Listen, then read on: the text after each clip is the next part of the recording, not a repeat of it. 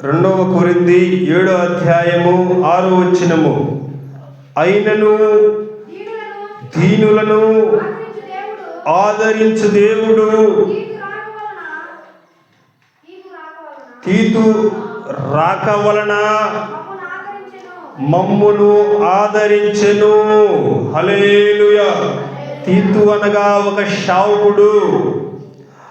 ఆయన నలుగురు దేవుణ్ణి నమ్ముకున్న వాళ్ళ దగ్గరికి వచ్చి ఈ వాక్యము ద్వారా వారిని ఆదరించాడు.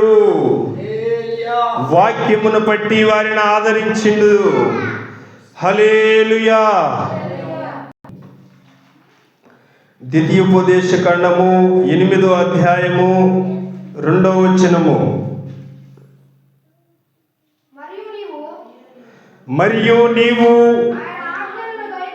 ఆయన ఆజ్ఞలను గైకొందువో లేదో నిన్ను శోధించి నీ హృదయములో నున్నది తెలుసుకొనుటకును నిన్ను అనొచ్చు నిమిత్తమును అరణ్యములో ఈ 40 సంవత్సరములు నీ దేవుడైన యెహోవా నిన్ను నడిపించిన మార్గమంతటిని జ్ఞాపకము చేసుకొనుము. హల్లెలూయా. దేవుడు పాలు తేనెలో ప్రవహించు దేశమునకు ఇశ్రాయేలీయులను తీసుకెళ్లాడంటే త్వరగా తీసుకెళ్లేవాడు. కానీ ఇశ్రాయేలీయులకు క్రమము నేర్పాలని 40 సంవత్సరాలు అడవిలోనే నడిపించాడు. వారికి ఆహారము కావాలంటే దేవదూతలు భుజించు ఆహారమును ఆకాశం నుండి మన్నాను కురిపించారు. నీరు కావాలంటే అయ్యా మాకు నీరు కావాలంటే బండను కొడితే నీటినిచ్చాడు. కానీ వారు మనుషులు చూచుటకైతే అద్భుతాన్ని చూస్తారే కానీ దాన్ని పట్టి భయము భక్తి క్రమము కలిగి నడవరు. మోషే భక్తులు చెబుతుంటే మోషే భక్తులు చెబుతుంటే కొంతమంది గర్వించి విదురాడారు. దేవుని ఆగ్రహానికి కోపానికి కొందరు తాపకరమైన పాముల ద్వారా చనిపోయారు. తాపకరమైన పాములకు దేవుడు ఆజ్ఞయిస్తే అవి వచ్చి ఇశ్రాయేలీయులను కుడుతుంటే చనిపోతూ ఉంటే అప్పుడు మరల వారికి బుద్ధి వచ్చిన తర్వాత అయ్యా తాపకరమైన పాములు కుట్టి ప్రజలు చనిపోతున్నారు, మోసే మమ్ములను రక్షించు అని మోసే దగ్గరికి వచ్చి పడ్డారు. అప్పుడు మోసే ప్రార్థించాడు. ప్రార్థించి దేవుని యొద్ద నుండి వర్తమానములు తెలుసుకొని ఎండి విగ్రహాన్ని నాగుబామును తయారు చేసి ధూప స్తంభం మీద పెట్టి ఒక స్తంభమును చేసి మోసే ఆ స్తంభము మీద ఈ పామును పెట్టు, దాన్ని పాము కుట్టిన మనిషి వచ్చి ఆ పామును చూడమను, అప్పుడు వారు బ్రతుకుతారు అని ఒక గుర్తు వారికి ఇచ్చారు. అప్పుడు తాపకరమైన పాములు కుట్టినప్పుడు ఆ పాముని ఎవరైతే వచ్చి చూస్తారో ఆ మనిషి బ్రతికారు. అయినను విన్నారా? వినలేదు, బ్రతికారు. వాటిని బట్టి మరలా కొందరైతే ఒకప్పుడు మోసే సీనాయి పర్వతం మీదకి వెళ్ళి 40 రోజులు ఉపవసించి ప్రార్థించి దేవునితో మాట్లాడుతున్నారు.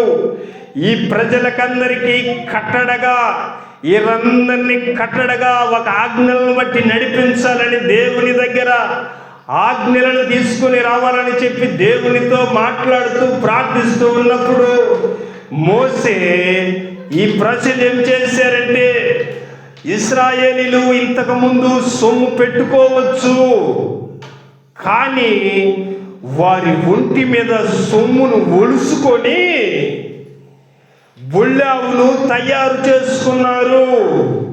బొల్లావును తయారు చేసుకొని ఈ మోసే సీనాయి పర్వతం మీదకి వెళ్ళాడు. ఈ బొల్లావే మనల్ని ఎంతసేపు తీసుకొచ్చింది, మనల్ని రక్షించింది అని చెప్పి బొల్లావుని ఎగరేసి ఈయనే దేవుడని ద్రాక్ష రసమును తాగి ఒక్కొక్కడు 2 స్త్రీలతో పాపము చేశారు. మోషే దిగి వచ్చి అప్పుడు 12 ఆజ్ఞలను చూపించారు. మోసే, నీవు ఇక్కడ ఉండకూడదు, నీ ప్రజలు అక్కడ పాపము చేస్తున్నారు, డ్రమ్ములు మోగిస్తూ ఆర్భాటం చేస్తున్నారు, ఎల్లమని మోసేకు చెప్పినప్పుడు మోసే వచ్చి ఇక్కడికి చూస్తే అహరోను ద్వారానే వాళ్ళు బొల్లావును తయారు చేసుకున్నారు, ఒంటి మీద బంగారాన్ని ఒలుసుకొని.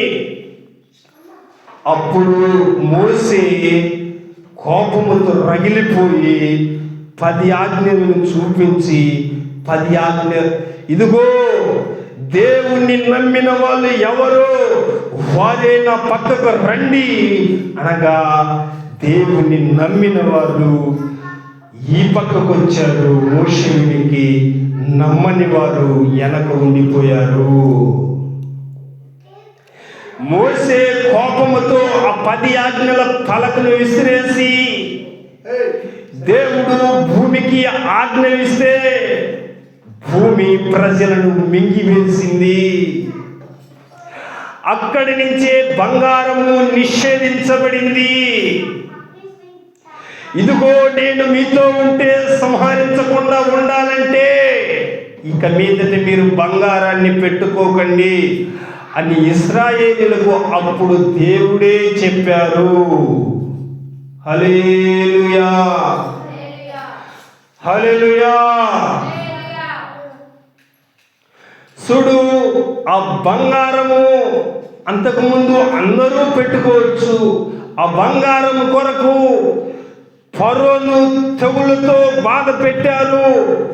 వారి బంగారాన్ని వాళ్ళకివ్వు, వారి ఆస్తులను వారికివ్వు అని ఫరో సైన్యాన్ని ముత్తాడు, ఎర్ర సముద్రాన్ని పాయలు చేశాడు. కానీ దేవుడు ఈ ప్రజలు ఏమి చేశారంటే వారి ఒంటి మీద సొమ్ము పూసుకొని బొమ్మను చేసి అదే దేవుడని దానికి మొక్కారు. అందుకే దేవుని కోపము, ఆగ్రహము తట్టుకోలేకపోయారు. దేవునికి భయపడిన వారు మృతి చెందారు, దేవునికి భయపడిన వారు రక్షింపబడ్డారు. అలాగే మనము రక్షింపబడాలంటే దేవుని వాక్యమునకు భయపడి విధేయులమై ఉండాలి.